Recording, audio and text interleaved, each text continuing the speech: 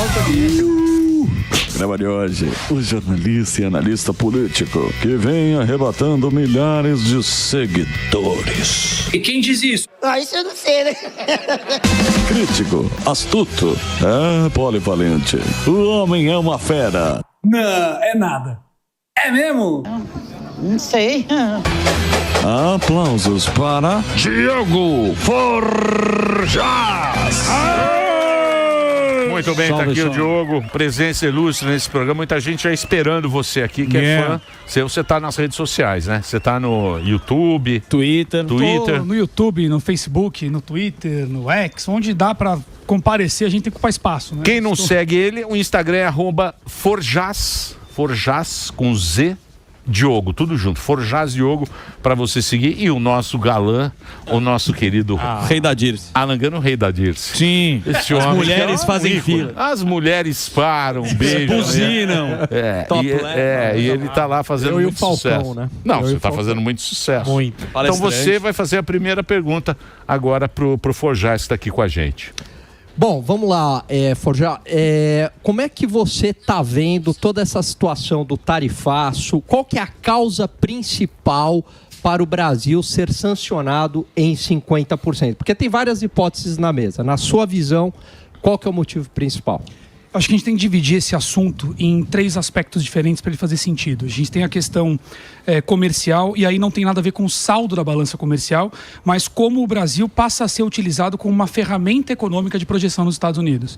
E isso nos leva ao segundo aspecto a ser avaliado, que é a influência massiva do Partido Comunista Chinês no Brasil, em diferentes vertentes, e que tornam o Brasil, então, uma proxy econômica da China, e isso causa impacto ao mercado americano e à zona de projeção dos Estados Unidos e em outros países com os quais o Brasil faz negócios.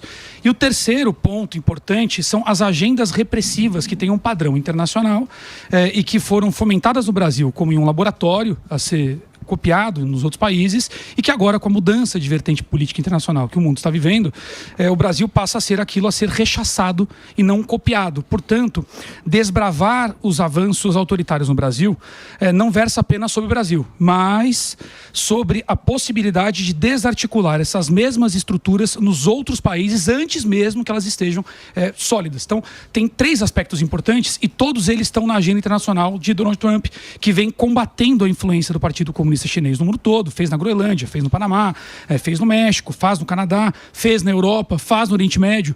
Então, há um padrão na agenda internacional do Trump e isso passa por pressionar o Brasil. Então, a justificativa original do tarifaço são as arbitrariedades, e sim, elas fazem sentido, mas existe uma agenda maior. Inclusive porque o conjunto de tarifas que os Estados Unidos têm apresentado no mundo cria, no meu entendimento, uma fronteira tarifária que força os países a afastar-se do multilateralismo, das supranacionais, e passar a debater as relações comerciais de maneira bilateral. Então, essa bilateralidade tende a fortalecer os mercados internos, e quanto mais fortes os mercados internos são, mais fraca é a influência da China. Voltamos à mesma agenda central. Então, acho que passa por isso em que o Brasil acabou tornando-se um símbolo desses múltiplos pontos, nessas 3 camadas aí de avaliação. Diogo, eu queria te fazer uma pergunta, e aí se o Alan também quiser complementar, sobre a gente estava conversando anteriormente sobre a seção 301. Onde entra isso, o que é, só para deixar bem claro aqui para a nossa audiência. A seção 301 é um instrumento de... não vou dizer no nosso caso vai servir como investigação, mas é um instrumento para mitigar desigualdades ou exploração na relação comercial com os Estados Unidos, né? Então tem múltiplos fatores lá. No nosso caso especificamente, os pontos que foram escolhidos na seção 301, elas vão nos pilares da participação do modelo de takeover chinês no Brasil. Então, nós estamos falando aí, apareceu lá 25 de março, por exemplo, na seção 301. Isso tem a ver com pirataria, isso tem a ver com a destruição do mercado de produção de miudezas, isso tem a ver com... Então, quando você para olhar o panorama geral dos pontos colocados no 301, todos eles têm um potencial muito grande de atingir justamente essa influência da China no Brasil. Um exemplo recente de tarifa, foi até anterior a 50%, e que tem muito a ver com esse caso do 301 que você citou. Eu não lembro agora todos os itens, tá? Em live eu cheguei a bater um por um e explicar, agora assim de cabeça eu não me lembro. Mas a gente tem o caso dos minérios de ferro, né, em que o Brasil tem uma qualidade muito grande, tem uma produção muito grande, e a gente vende o nosso minério inteiro para os Estados Unidos, praticamente, né? A maior proporção vai para lá, e a gente compra o de menor qualidade da China. a gente tem uma relação de quanto a gente pode vender para os Estados Unidos e a gente vende o excedente e paga essa tarifa adicional do excedente. Por que a gente pode fazer isso? Porque nós estamos comprando baratinho da China. Então, na prática, a China está pedalando minério pelo Brasil dentro do mercado americano. Isso reduz a capacidade do mercado americano local de produção. Se ele tem que produzir menos, ele vai ter menos estrutura logística, menos capacidade produtiva, menos dependência, por aí vai. Trambiqueixa. A gente sabe muito bem o que é trambiqueixa. Vai na lavagem de dinheiro, vai na participação direta do mercado chinês, enfim. E tem o negócio esses bancos de digital também, que negócio de PCC, dinheiro, lavagem de dinheiro, é um monte de rolo. Puta, bom você ter falado nisso. É um monte de rolo. Esse negócio do Pix. Vai competir. Agora o 301 vai acabar com o Pix. É a maior balela da história da humanidade, né? Porque não vai acabar com o Pix coisa nenhuma. Claro. O que ele faz ali, ele faz uma referência ao Pix sobre o risco do controle estatal na transação e sobre o impacto que o Estado pode ter nas empresas americanas. É muito claro. O próprio documento chega a citar praticamente isso. E voltamos, então, ao mais um ponto. O controle, né? De novo, ponto do controle. Enfim, essa é uma balela que está lá e que é importante. Então, os Estados Unidos não quer perder para a China. Essa que é a grande realidade, né? Ele não quer perder o negócio e você já perdeu a aposta porque você falou que o Trump não sabia negociar. Eu falei sobre a aposta. Falou que ia ligar pro Putin. Falou grosso. E falou que o Putin era melhor. Falou que o Putin era melhor. Falou que o cabelo do Sam tá horroroso. Aqui no 5 contra 1 comigo, colocando palavras na minha boca. Falou que o Putin tinha mais cabelo. Na maquiagem. O que eu falei é que a China hoje ameaça. É lógico, é uma ameaça aos Estados Unidos. Junto com a Rússia. É uma ameaça. Mas o Trump mostrou que negociou com a União Europeia e tal. Você acha que ele fez bem? Você acha que ele... Porque o Trump, ele é um cara que, pô, ele é bom para negociar, né? Ele é danado, porque ele sempre dá uma... Ele sempre deixa uma brecha na negociação, né? Pode ver toda negociação que ele vai fazer, ele dá uma brecha. Ele joga lá em cima a régua, depois chega num meio termo, né? Agora, o Emílio, eu acredito que esse mundo mais tarifário que a gente vai viver, né? Enfim, ele é um mundo que se torna pior, né? Eu sou um defensor de globalização, inclusive tão defendida, né, pelos Estados Unidos, né? Uma ordem mundial liberal, neoliberal, que os Estados Unidos fomentaram, intensificaram com o Reagan e a Thatcher e que trouxe um padrão de vida mundial muito grande, que é o que interessa, no final das contas, melhorar a vida das pessoas, né? Então, livre comércio melhorou a vida das pessoas. E agora, com mais protecionismo, o que eu vejo? Você vai ter uma consequência econômica, sim. Eu vejo como um retrocesso. Esse é o motivo pelo qual eu fui contra as tarifas aqui da Shein, lembra das tarifas da blusinha? Como eu sou contra também ao protecionismo de Donald Trump. Apesar de ser de direita, conservador, etc., mas o protecionismo não tem nada a ver com direita. É isso, Diogo? Posso trazer uma outra perspectiva? Pode. Vamos imaginar o seguinte, antes desse processo avançar, que quando nós ainda tínhamos, vamos chamar de fronteiras tarifárias para ficar mais fácil de entender, relação de tarifas entre países. A gente tinha, por exemplo, o conceito das multinacionais. Você encontrava uma mesma empresa que tinha fábricas em países diferentes. Quando uma empresa americana faz uma fábrica no Brasil, ela gera empregos no Brasil. Sim. Quando ela gera empregos no Brasil, ela gera capacidade sustentada de consumo. Não é baseada em crédito, não é baseada em fluxo financeiro. É a geração de riqueza. A geração de riqueza amplia a base monetária, porque a riqueza compensa o processo inflacionário. Cria parte da perspectiva de valor da moeda. Então, quanto mais sólidos são os mercados internos, mais sólidos mais sólida a capacidade de consumo nos mercados internos, mais sólidas são as relações econômicas entre as nações e as suas autonomias. O que acontece é que esse conceito liberal, que a princípio parecia realmente muito fantástico, ele talvez funcionaria bem, se nós tivéssemos mantido a pluralidade produtiva. Ou seja, se todos os países continuassem a ter as suas matrizes produtivas de valor agregado, em grande medida nos seus próprios países ou entre países. Mas o problema é que isso serviu, essa remoção das fronteiras tarifárias, deixou um campo aberto para a China concentrar a produção do mundo. Então há um sinocentrismo produtivo, que é resultado da ausência de fronteiras tarifárias, então tem um campo aberto livre para a China entrar. A China tem as tarifas não financeiras, as agendas ESG, 2030, direitos humanos, que os outros países são cobrados e têm que cumprir, mas a China não. A China vinha vinha sendo um dos países que mais poluiu no mundo sem nunca ser cobrado por isso. Então há um custo adicional para os demais. Além disso, a China tem empresas que não são privadas. É uma mentira que o mundo aceitou justamente pela vantagem financeira que você gerou para pessoas, empresas e governos.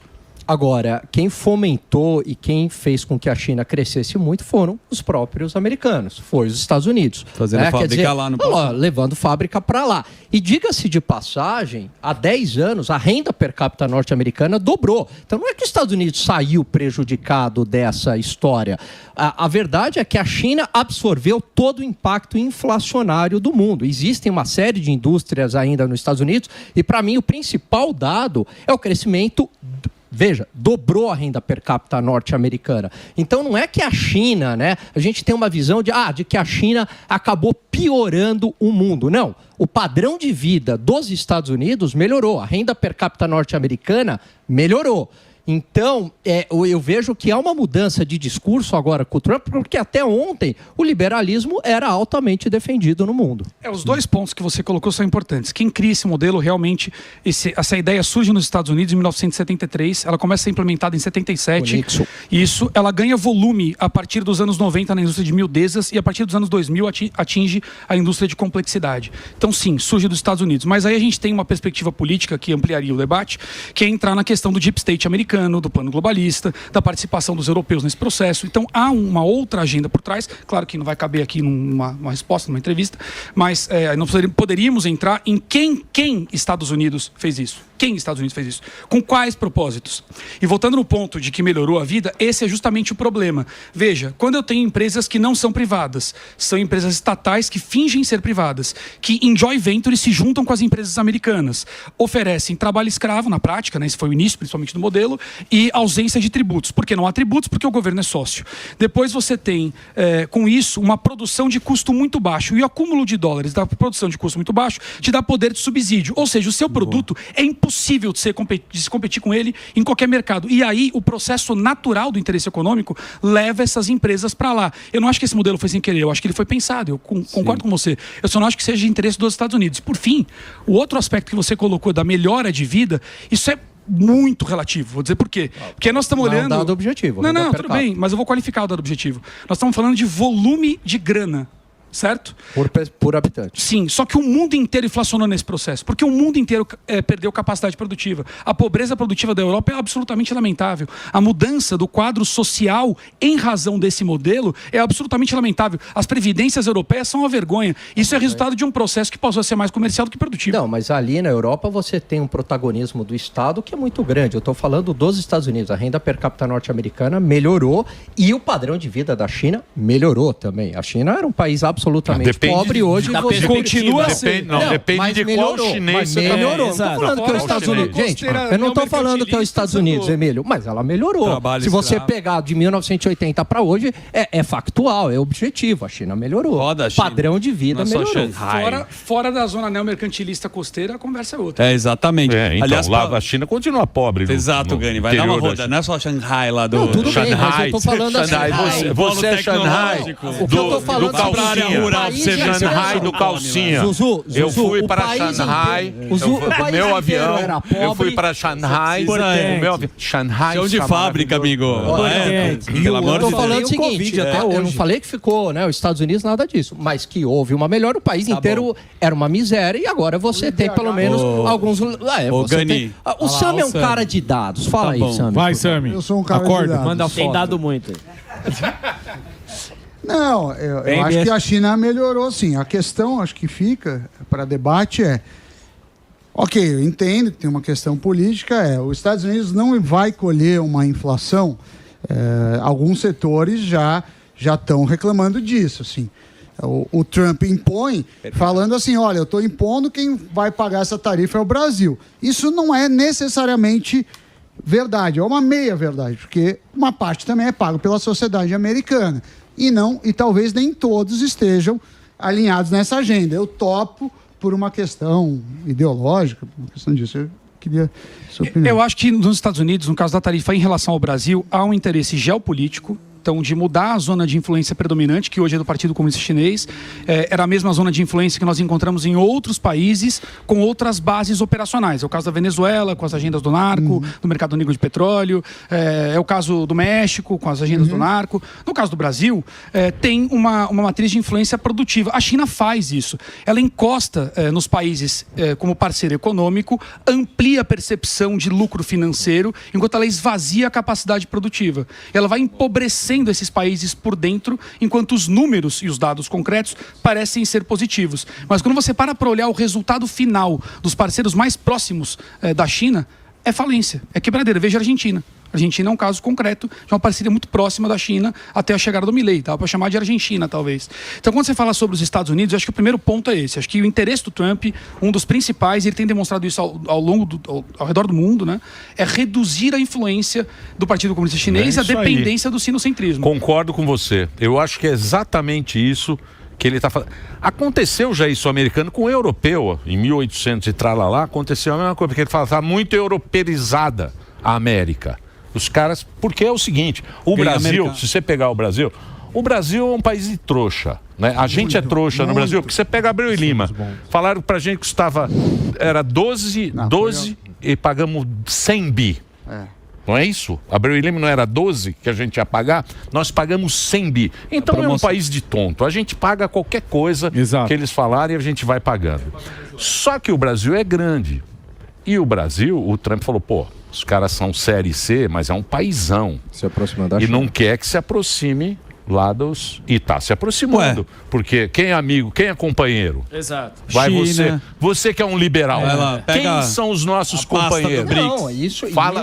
Fala quem são nossos companheiros. Nossos companheiros são China, Nicarágua, Venezuela, Irã. Então, para onde está indo? A grande preocupação do Trump, que eu vejo, é perder, isso ele já falou categoricamente, é perder a hegemonia do dólar. Mas com o Brasil, mas o Brasil é o Brasil se aproximar lá dos companheiros. Mas é isso que eu tô falando. Não é o dólar. Olha só, calma aí. Ele deu uma entrevista. Pega a carta, ó, nosso BRICS aí, ó a turma. Tá de BRICS, hein? Ó a turma nossa. Explica aí, ele deu uma entrevista. Hein, Forjais? Ó a nossa turma. Só beautiful people. Olha lá. Ele deu uma entrevista, o Trump, na Fox News, em 8 de novembro de 2024, para o Tucker Carlson. E ele fala o seguinte, olha, a gente pode perder a hegemonia do dólar. E isso significa se tornar um país de segunda linha. Se a gente perder... O Trump falando, não é o Alan falando. Campanha política, é o Trump, bicho. Não, meu amigo. É o Trump falando. A gente não pode perder a hegemonia do dólar. Se a gente perder, a gente se torna um país de segunda linha. Equivale a perder uma guerra mundial. E a gente está perdendo o Brasil. Ele fala categoricamente.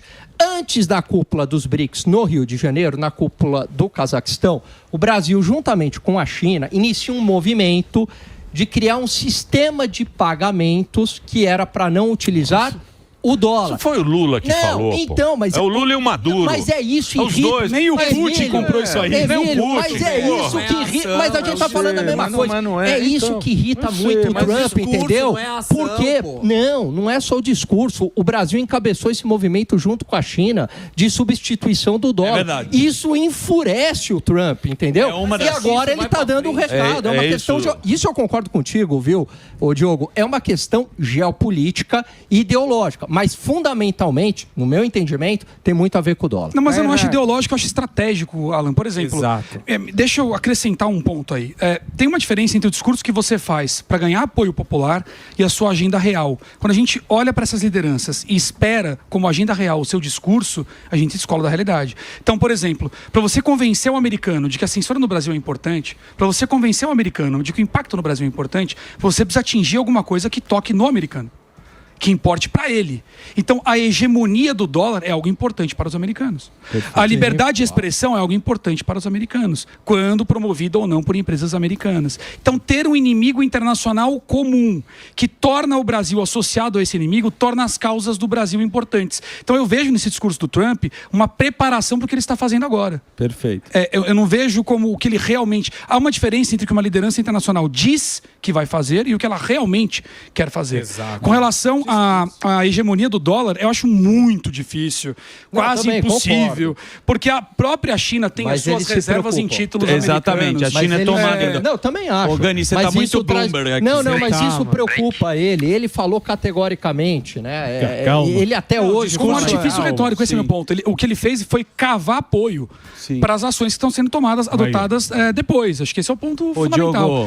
Deixa eu só fazer um break. Eu vou fazer um break para a Rede Rádio, o break do Reginaldo agora, que vai fazer um break rapidinho. Encontro de notáveis. Aí sim. É bom. Põe na Globo News. Alexa, Globo News. Vamos ver. O que tá? Olha lá, ó. Lá não tem notável. Desânimo. Põe o peixe boi de novo. Olha jogando picobol, o mas desânimo do Cavanhaque. Muito desanimado. Então continue com a gente na nossa Rede Jovem Pan. Vai lá, Reginaldinho. Vou aproveitar, Emílio, a pauta que é fraca da Globo News para a gente colocar um pouco para nossa população que pega uma baldeação na Corinthians e Itaquera, que vocês estão muito Bloomberg. Nunca aqui. foi lá. 1º de agosto é logo ali. É logo ali. E a gente tem uma estratégia política lá com o Jacques Wagner que me parece que ele vai ligar pro Bush para resolver essa treta, sendo que a gente sabe que o Bush dos falidos, republicano e é papo dos inimigo do falidos. Donald Trump. Temos uma comitiva que a gente chama de carreta furacão, que também os senadores estão tentando resolver isso daí. Qual que é a nossa estratégia política? Tá bom? Para resolver a situação desse tarifaço de 50%, vai para os dois. E qual é o impacto na economia brasileira depois do dia 1º de agosto? Interrogação. Pode começar, Diogão. Começo? Bom, vamos lá. Você colocou sobre... Puta, cara, me perdi completamente. A pergunta foi confusa, às vezes eu faço isso. A minha questão é... Não, eu dou uma viajada. Eu dou uma viajada. Eu falo aqui. Você entendeu a pergunta? Pergunta mal formulada. Não é mal formulada. Foi eu que dei uma viajada. Você viajou, né?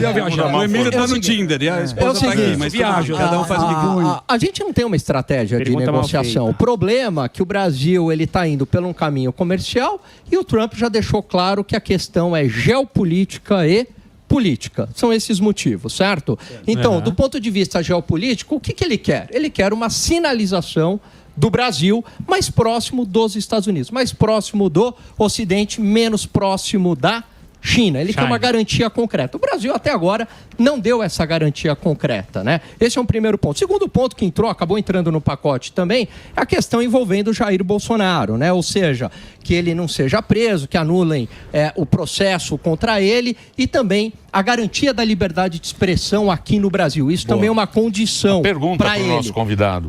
Hã? A pergunta para o nosso convidado, que ele não respondeu. Não, é porque ele falou que não tinha ouvido a pergunta. E aí eu falei... Ele foi muito gentil. Foi minha culpa, foi minha culpa. Meu digníssimo mestre. Entendi, porque eu vi que ele não estava fazendo a Não, pergunta. resumidamente, é que o Gani está isso. fazendo uma Ele explicação complicou muito mais. extensa e ele está dando a resposta da minha pergunta, porque eu fiz para os dois. Qual que é a estratégia agora do governo? Não, mas eu estou respondendo a sua pergunta. Não, pro Diogo. Até 2 da tarde. O governo brasileiro não tem estratégia. Sim, a estratégia do governo brasileiro é criar uma percepção de rompimento com o Ocidente, vem tentando fazer isso desde os incidentes fatídicos em Israel, então de lá para cá vem adotando uma postura cada vez mais fora da realidade, mais descolada de qualquer política internacional minimamente relevante e tenta usar agora a perspectiva do tarifaço para isso. Eu sei por que eu acabei viajando, porque você começou falando sobre a perspectiva eleitoral de 1º de agosto. E esse é um assunto que sinceramente me incomoda muito. Porque nós estamos num país, e com todas as vênias, só citar aqui um fato público, de 213 milhões de pequenos tiranos. Nós estamos num país em que nós admiramos o regime de Xi Jinping, que se cita Deng Xiaoping enquanto se legisla na canetada o que se diz ser censura. E esse é o mesmo selo de qualidade, de garantia do processo eleitoral. Então, eu creio ser um delírio falar em processo eleitoral com o cenário jurídico que o país tem, que eu não vou aprofundar aqui por questões óbvias de democracia relativa. Mas, entende? Então, quando eu paro para olhar, mas qual é a perspectiva eleitoral? Pô, mas nós temos uma perspectiva eleitoral, essa altura do campeonato. Acho que esse é o primeiro ponto. Então, e isso justifica, inclusive, as tarifas, o trabalho do Eduardo nos Estados Unidos, é a busca por uma normalidade jurídica que nos permita ter perspectiva eleitoral. Porque essa sanção que ele está fazendo, ele faz com país de ditador. Sim, por exemplo, ó, se o país viola, tá aqui, ó, país viola normas internacionais, tem censura sistemática, tem perseguição a dissidente, tem dissidente, tem prisão arbitrária, tem no Brasil? Respondam para mim. Tem ou não tem? Óbvio. Devido ao processo legal, tem abuso de poder no Brasil? Isso tá tudo lá naquela carta que ele mandou. É bem claro. Tá claro, isso é claro. E isso ele faz o Brasil, com a Venezuela, com o Irã, com todos esses países. E se você olhar a declaração, mas se você está sancionando o mundo desenvolvido, não é só com o país ditatorial. O Trump está sancionando a União Europeia. Já acertou. Já acertou, bonitão. Vocês são tudo torcedor. Torcedor nada, é a realidade, pô. Você não aceita a realidade. Não, mas o ponto que o Alan tá falando não é que já fizeram acordo. Ele tá bravo porque ele perdeu. Ele perdeu a aposta e agora ele quer ganhar no grito. Mas vamos dar uma outra perspectiva para a Europa também, que eu acho que é legal. Não tem como ter multilateralismo com um padrão estabelecido que beneficia um centro produtivo, como aconteceu com a China, se você não tiver uma proteção para isso. Então, o que as supranacionais fazem? ONU, União Europeia, Organização Mundial do Comércio, para onde Lula foi recorrer agora, inclusive, OMC, é uma autoridade acima da autoridade das nações. Com isso, você mantém esse padrão hegemônico. Quer dizer, é mais fácil sequestrar os poderes econômicos dos Estados Unidos quando a decisão vem de um conselho que envolve os próprios Estados Unidos, mas em que ele é um voto em vários. Então você entrega à Europa a decisão do poder econômico dos Estados Unidos. É fácil ter os Estados Unidos como um protetor bélico, e talvez por isso ele esteja fomentando a defesa bélica na Europa, quando o conselho que vai determinar quando se usa ou não esse poderio bélico é um conselho em que o poder é dos Estados Unidos, mas a decisão é plural. E um plural em que ele é singular. Então, existe uma outra perspectiva, inclusive, revelada pela USAID, e esse é um ponto importante. Eu não acredito que o Trump esteja se movendo como está em relação ao Brasil, apenas por causa do Brasil. Veja que o mapa da USAID, ou USAID, whatever, ela desenha quem participa dessa estrutura de censura, quais termos deveriam ser censurados, e tem um mesmo padrão para o mundo todo. Sim. Então, tem o treinamento dos jornalistas. Guerra Fria. Então, assim, eu acho muito pouco provável que o Trump tenha adotado essa postura apenas por causa do Brasil. Comecei falando isso aqui. Eu acho que tem uma possibilidade muito grande do que vier a ser revelado no Brasil servir de apoio para impedir que essas agendas avancem fora. Isso inclui também a Europa. Então, a pressão na Europa que ele faz força o modelo europeu a sair de um modelo comercial sinocentrista e retomar um modelo produtivo local, que é o que está acontecendo agora. Então, mas a Europa, por exemplo, você viu a Úrsula na China? Porra, os caras colocaram ela na van, nem deram um olá, Úrsula, prazer e tal. E o Trump também deu uma puta escovada nela agora. Ela tá sem moral nenhuma, a União Europeia, né? Nenhuma, porque nenhuma moral. É impressionante. Porque as agendas perderam, que eles sustentam, perderam o propósito. Quer dizer, a agenda Woke, 2030, ESG, não tem mais um impacto direto, não tem participação de empresas, não determinam fluxos e relações internacionais. Então ela perdeu força nisso. As supranacionais têm sido questionadas, inclusive a União Europeia na Europa. Então tem cada vez mais países europeus questionando as agendas impostas pela União Europeia, então ela perde força. E se ela não tem força, pensamento revolucionário, que utilidade a Úrsula tem para o Xi Jinping se ela não pode mais exercer poder em seu favor? Então, ferramentas que não têm mais utilidade são descartadas. Isso explica por que o Foro de São Paulo deixou de ser papo de maluco para virar notícia. Porque é uma ferramenta que perdeu utilidade. Então pode ser exposta, desarticulada, vista e por aí vai. Agora, o que você acha que vai acontecer com o Brasil na sexta-feira? Sexta-feira é dia 1º de agosto. Vai entrar a sanção, não sei como é que chama, tarifa, sei lá como é que... Vai entrar a tarifa. Essa turma que está preocupada com o containerzinho que está no porto e não está preocupada com a raiz do problema, quer dizer, o Brasil tem uma crise econômica muito anterior à tarifa, tem uma crise de insegurança jurídica, que gera insegurança política e social. O Brasil tem um governo que gasta desenfreadamente com o Congresso subjugado a poderes concentrados, que aceita qualquer tipo de absurdo, vítima das próprias emendas, uma estrutura muito clara em que o governo paga emendas aos bilhões para o Congresso Nacional na data das aprovações, para que qualquer brasileiro compreenda claramente que eles foram comprados com aquele dinheiro e agora investiga pelo dinheiro que eles deram. Então a gente tem um Congresso que está de 4, aceitando tudo, o que permite que o Lula gaste desenfreadamente, continue afirmando que vai continuar gastando mesmo com o déficit aumentando, e nesse cenário em que a insegurança jurídica, portanto, e a pressão e a chantagem política são o resultado da ineficiência econômica, a gente tem pessoas preocupadas com a taxa do Trump e o containerzinho que está na porta. Eu acho que essa é a reação imediatista do brasileiro, que tem a memória da Dora e do Procurando Nemo, inclusive para votar. E aí depois, o passo seguinte é ter que lidar com a realidade. Assim, não adianta a gente reclamar da tarifa, porque a gente não vai reverter o Trump. Então vamos pressionar internamente para ir onde tem que ir. Eu acho que um dos grandes papéis dessa tarifa, para nós brasileiros, embora a conta seja nossa como sempre, é sempre o pobre, o povo que paga a conta, mas no fim das contas, isso tem um potencial grande de direcionar a pressão interna para onde ela tem que ir, para onde o problema está, insegurança jurídica, imprevisibilidade, irresponsabilidade fiscal e uma estrutura do Estado ineficiente, incapaz de lidar com isso, que não usa os dispositivos que a Constituição Mas a demanda é populista. A demanda, ela é populista. E agora? A demanda é populista, mas ela vai sofrer o mesmo impacto e o mesmo efeito que sofre o cara do contender. Então você pode, no primeiro momento, reclamar. Mas, em um certo ponto, você vai ter que perceber o seguinte: não tem para onde ir. Acho que o ponto central aqui, eu não comentei sobre o Bolsonaro... Os ricos têm para onde ir, né?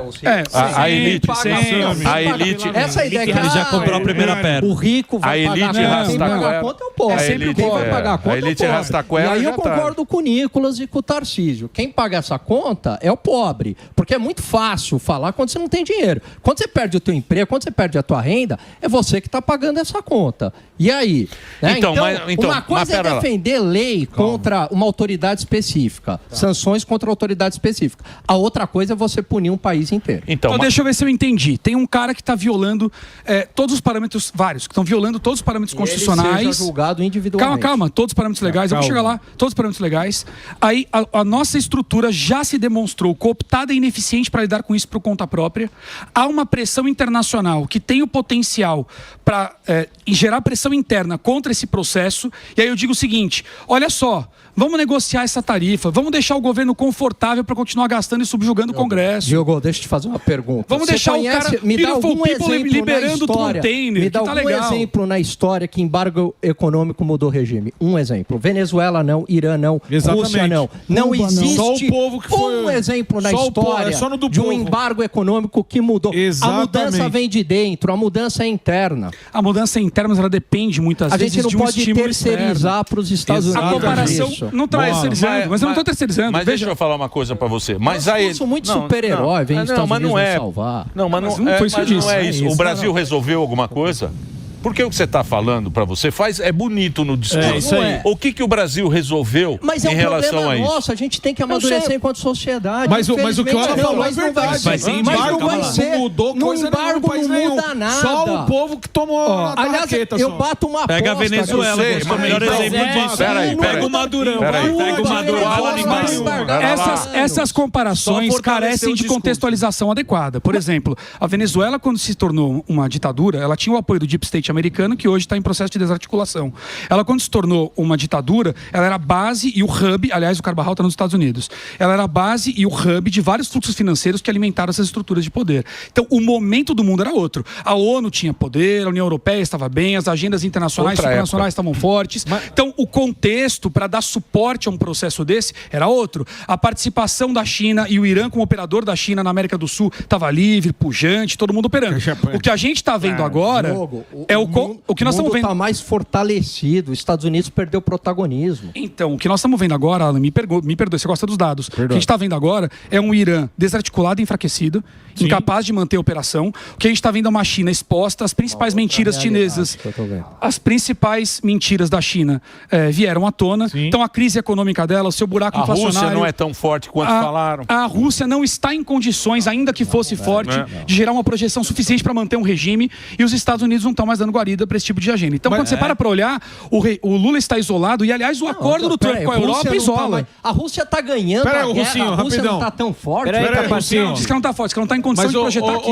Mas as sanções americanas não deram certo na Rússia também, que eles fizeram coisa com a China. Sim, calma, mas a Rússia tem fronteira com a China, primeiro ponto. A Rússia se preparou para a guerra. Então, você para olhar a economia russa, o Alan vai confirmar. Você para olhar a economia russa, ela diminuiu as conexões e fluxos internacionais ligados ao Ocidente nos últimos anos. Ela retraiu, ela diminuiu. Cresceu economicamente. E retraiu as conexões. E não gerou a inflação que era esperada. Então, esse é um movimento de quem se prepara para o isolamento. Nós não temos isso. Mas nós não produzimos manelina. Ô, Diogo, tá brincando? A gente Diogo, não produz isso aqui sem importação. Deixa eu só entrar no que você falou, que eu concordo, e que o Alan falou também, concordo. Não pode concordar. Então, meia mozzarella, meia calabresa. Os dois você não vai concordar. Escolhe a pizza que você vai comer, gordinho. Deixa o Tonho tranca-bife. Comer tudo no bolo. Deixa eu falar bonitinho. Meu. Pera aí. Escolhe. O seguinte, Ele falou dos não ter embargos, gordo. não teve país, aí você colocou seu ponto de vista. Só, vamos trazer para o Brasil, o que está acontecendo, enquanto todo mundo está negociando com os Estados Unidos, aqui o nosso presidente fala, vamos chupar uma jabuticaba. Você acha que realmente vai funcionar um cara que não está pouco se importando com essa questão, ele veio com o boleto na mão cobrar o que deviam a ele? Mas é claro que não, ele quer mais é que o circo pegue fogo mesmo. Aliás, uma das minhas lives recentes eu coloquei na capa uma mesa de boteco, um pote de jabuticaba e o Lula discutindo com o papelão do Trump, que ele tá falando sozinho. Sim. Então tá jogando truco ele, o papelão e a jabuticaba na mesa. Mas aí nessa questão não vai resolver nada. Então melhor negociar, né?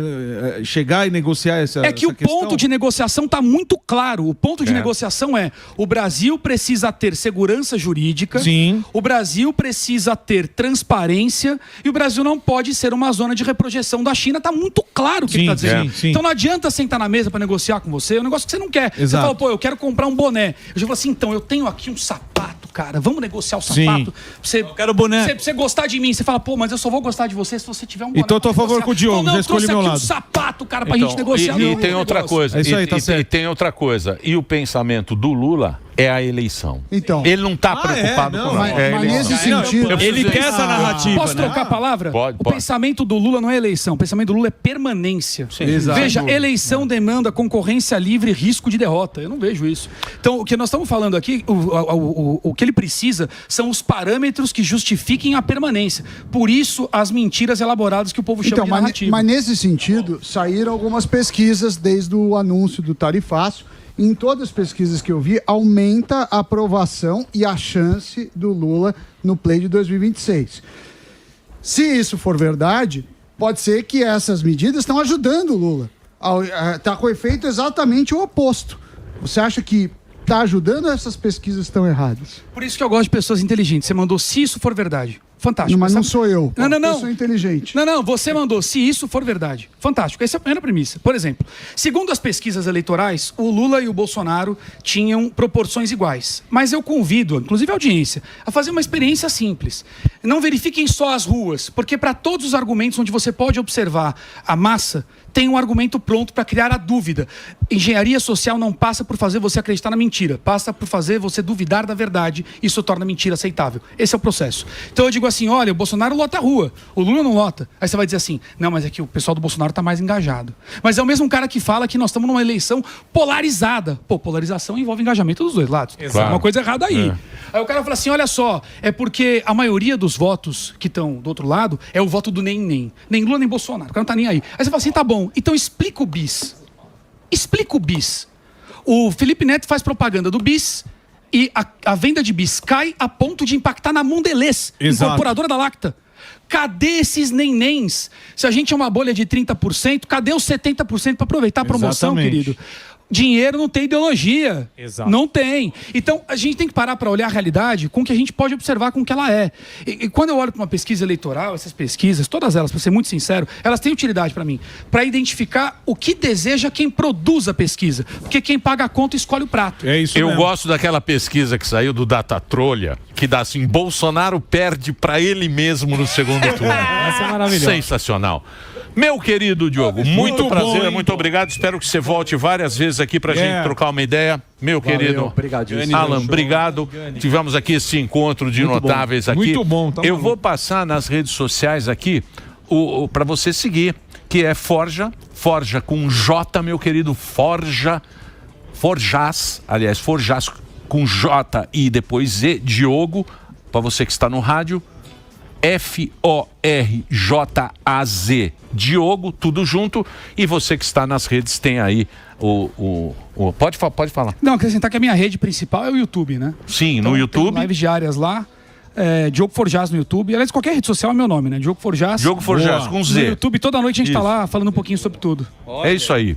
Obrigado, viu, Diogo, pela sua participação. Espero que você volte mais vezes aqui. Eu que agradeço, isso aí. Muito obrigado. Vamos fazer o break. Vai lá, Reginaldinho. Vamos falar baixo, porque olha só. Ele já almoçou água. Tem que falar baixo aí, porque você sabe como que é, tornozeleiro.